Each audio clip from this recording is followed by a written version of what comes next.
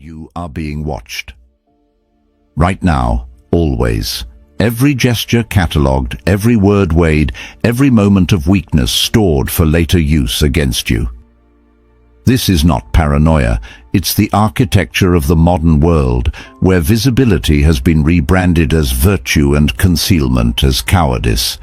They tell you to be authentic, to share your journey, to let people in. What they don't tell you is that every piece of yourself you offer becomes a weapon in someone else's hands. The ancient strategists understood something we've forgotten. Power doesn't announce itself. It doesn't explain, justify, or seek permission. Real power moves in the dark, where intentions remain hidden and vulnerabilities stay protected. While everyone else performs their inner lives for an audience, the truly dangerous ones have learned to disappear in plain sight. You have been conditioned to leak information, to overshare, to broadcast your plans, your pain, your philosophy. And with every reveal, you paint a target on your back, because the world doesn't reward transparency, it exploits it. There are 9 specific things you must never do in public if you want to maintain power, status, and respect. 9 behaviors that transform you from an open book into an unreadable force. Drawing from Stoic philosophy, 19th century strategy, and psychological warfare, this is your guide to becoming strategically invisible. Stop asking for permission. Stop seeking validation. It's time to go dark. Comment: shadow mode activated if you're done being readable. Somewhere along the way, we were sold a lie. That vulnerability is courage. That sharing your struggles makes you strong. That the person who opens up the most wins the most respect. This is the rhetoric of a culture that profits from your exposure. Social media platforms monetize your confessions. Self-help gurus package your pain into content. And the people around you, colleagues, competitors, even friends, they're taking notes. Every time you reveal a fear, they learn how to destabilize you. Every time you broadcast a plan, they position themselves to block it. Every time you display an emotion, they understand how to manipulate you. The Stoics knew better. Marcus Aurelius ruled an empire while keeping his inner world locked away. Epictetus taught freedom through emotional concealment. Seneca wielded influence by saying less, not more. These weren't cold men, they were strategic ones. They understood that the person who reveals nothing controls everything. You've been descending into vulnerability your entire life.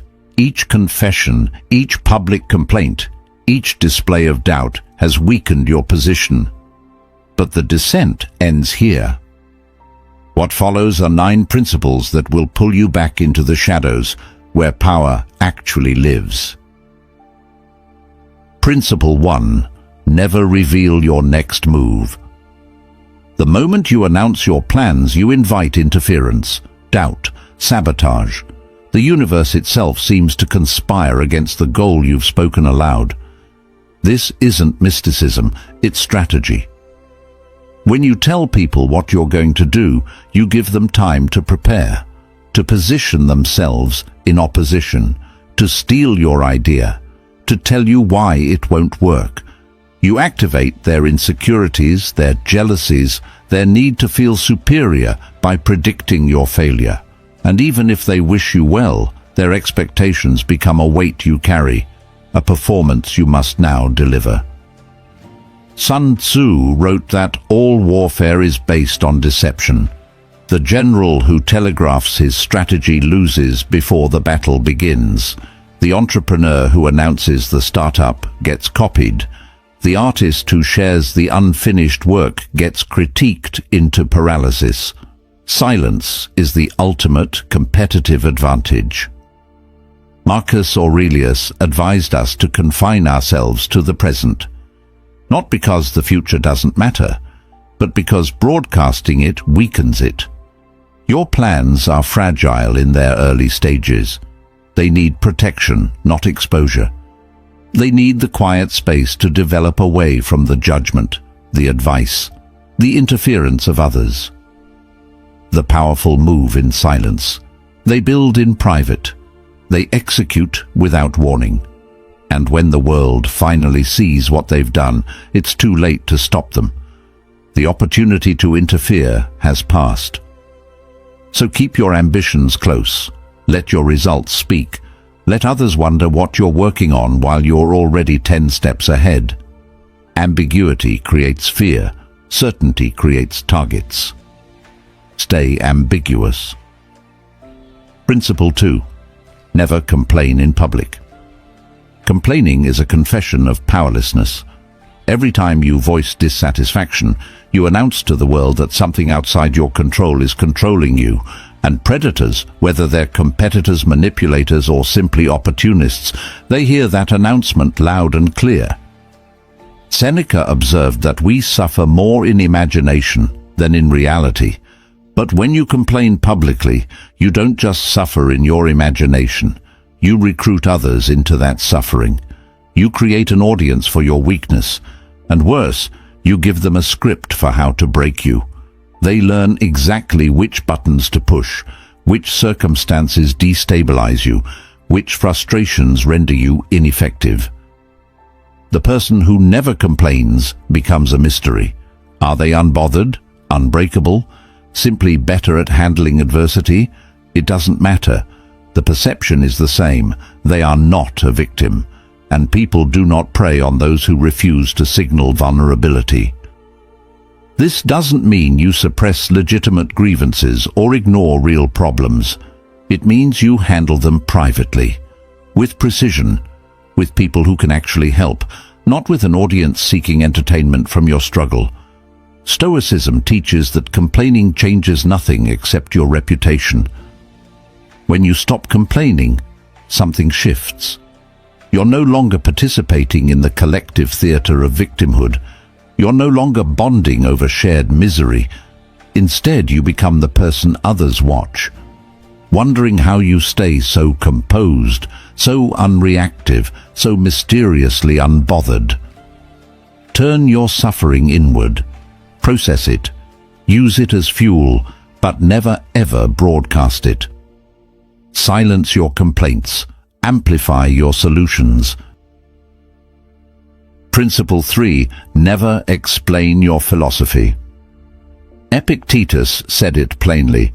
Don't explain your philosophy, embody it. The moment you start lecturing people about how you live, you become a hypocrite in waiting, because words are cheap and people are watching for the gap between what you preach and what you practice. Every explanation is a defense.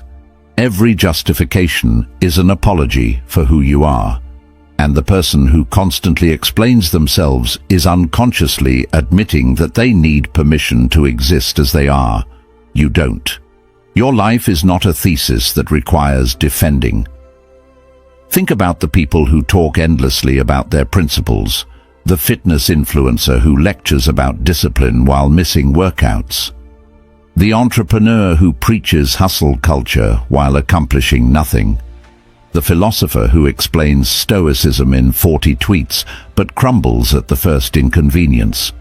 Their words dilute their credibility. They've confused talking about the path with walking it. Meanwhile, the person who lives their values without announcement becomes magnetic.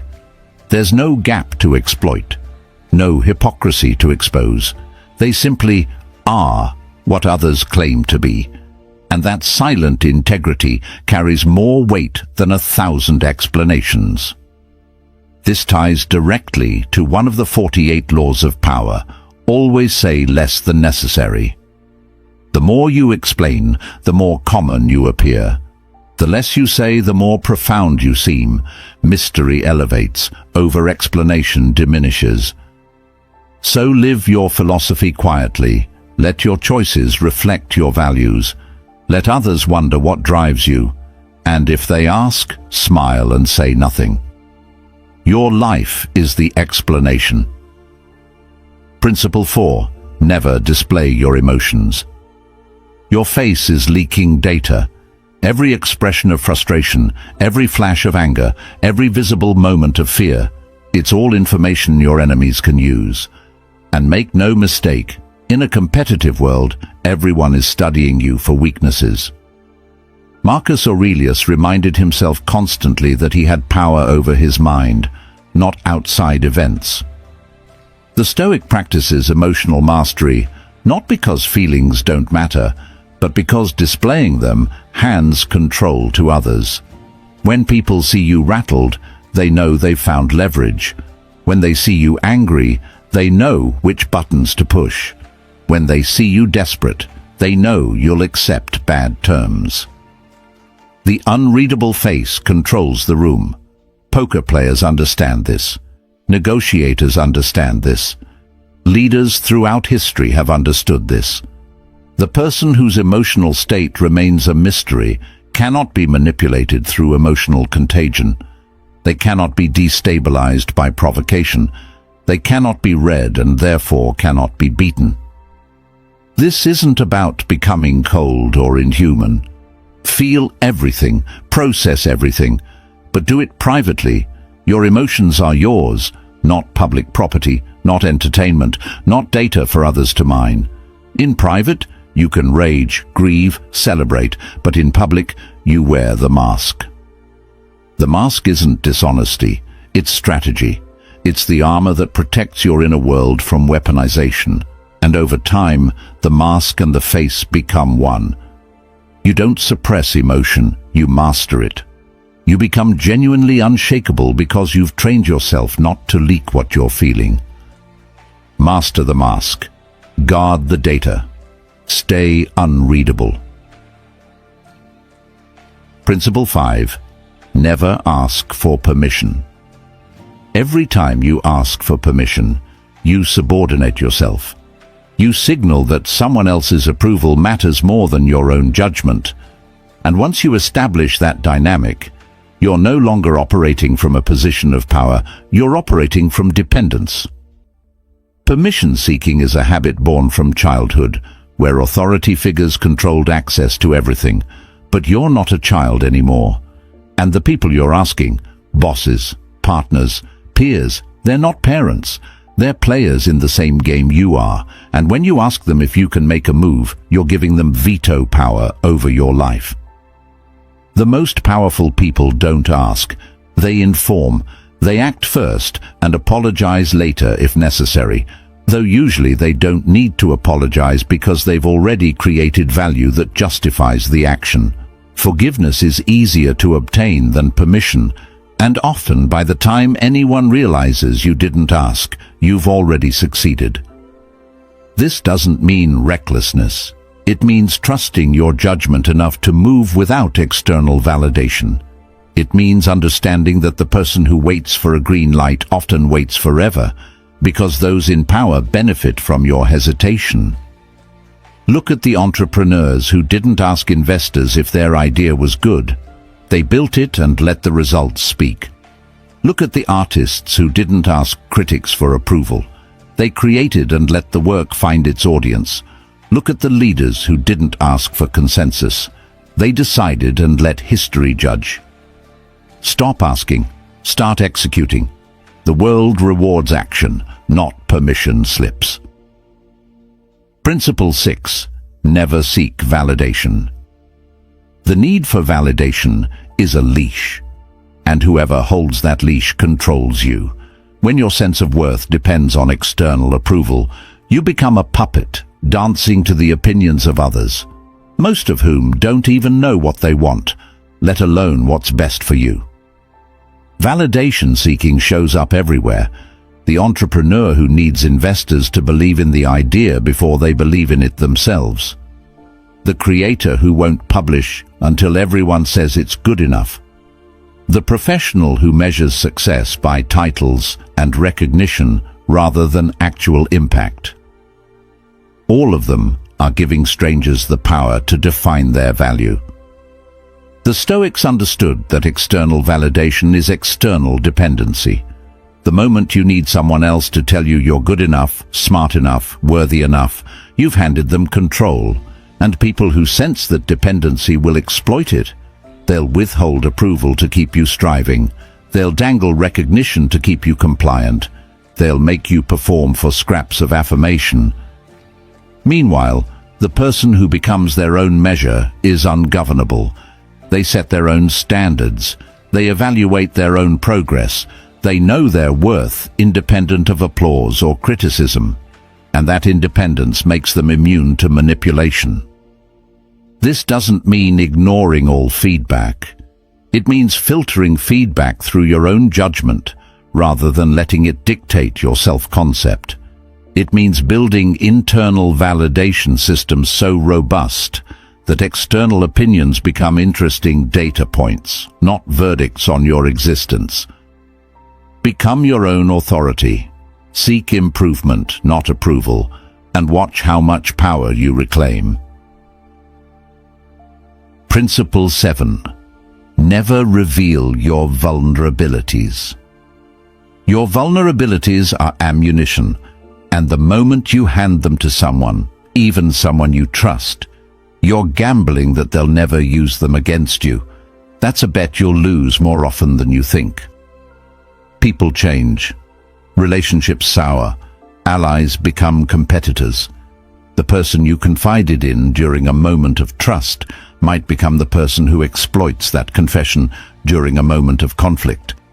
And even if they never weaponize it intentionally, they now see you differently. You're no longer the unshakable presence. You're the person with that weakness, that fear, that soft spot.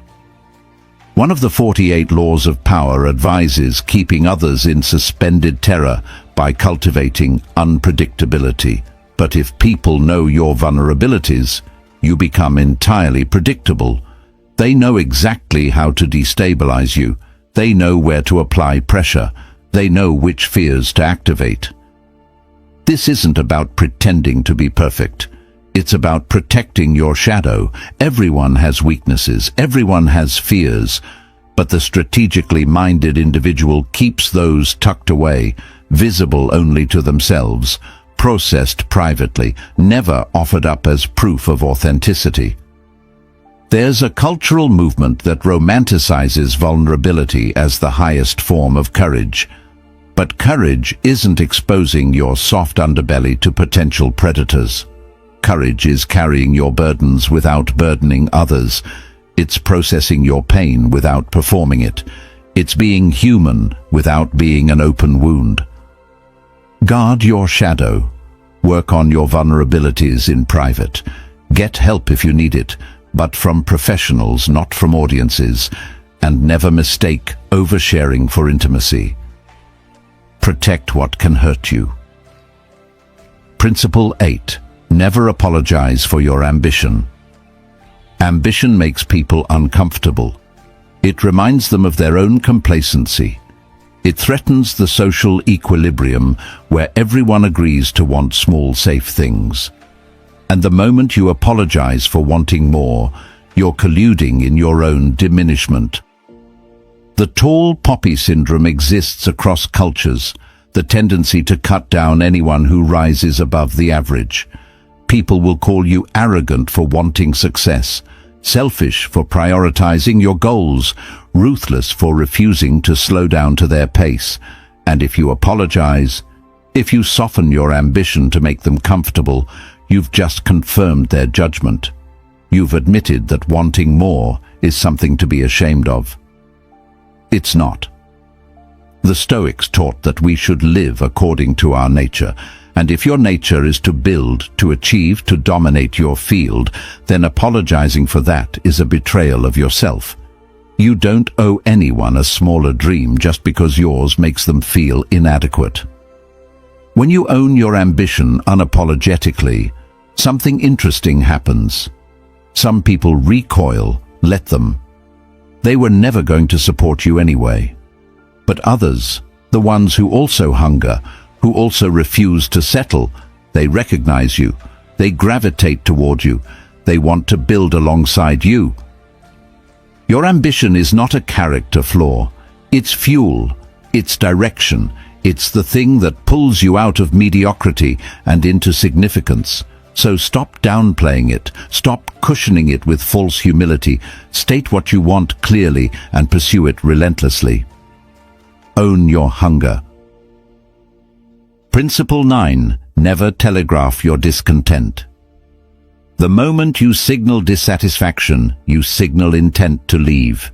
And whether it's a job, a relationship, or an alliance, people start preparing for your exit, which usually means replacing you, sidelining you, or preemptively removing you before you can leave on your terms. Think about the employee who starts complaining openly about their role. Management hears it. And even if the complaints are valid, the message received is, this person is already halfway out the door, so they stop investing in that person. They stop offering opportunities. They quietly begin looking for a replacement. And when the employee finally does leave, they're surprised to find they've been strategically sidelined for months. Contrast that with the employee who says nothing, who continues performing at a high level while quietly interviewing elsewhere, building leverage, preparing the next move. Then one day they resign, not with a list of grievances, but with a better offer in hand. They leave on their terms, with their reputation intact, and often with a counter-offer they can either accept or use as further leverage. One of the 48 laws of power teaches us to assume formlessness, to remain so adaptable and unreadable that others can't predict or counter your moves. Telegraphing discontent destroys formlessness. It announces your intentions. It gives others time to prepare defenses. So if you're unhappy, process it privately. Make your moves in silence. Build your exit in the shadows. And when you're ready, strike decisively. Don't complain your way out. Disappear and reappear somewhere better. Strike from the shadows. You've climbed out, from exposure to protection, from readable to unreadable, from apologetic to authoritative. These 9 principles aren't restrictions, they're armor. They're the framework for a life lived beyond manipulation, beyond exploitation, beyond the constant vulnerability of an overshared existence. The world will call you closed off, secretive, calculating. Let them. While they're performing their lives for an audience, you're building in the dark. While they're seeking validation, you're creating value. While they're explaining themselves, you're simply being undeniable, unreadable, unstoppable. The shadow doesn't announce itself. It doesn't justify. It doesn't apologize or seek permission. It moves with precision, strikes with timing, and disappears before anyone understands what happened. This is who you become when you stop leaking power, when you stop handing your enemies the blueprint for your destruction, when you embrace the strategic value of silence. So here's your final instruction, and it's the hardest one. Stay silent about what you've learned here. Don't explain these principles to others. Don't announce your transformation. Just embody it. Go dark. Stay dark. And watch how the world rearranges itself around your new, unreadable presence. If you're ready to stop leaking power and become unreadable, leave a comment below.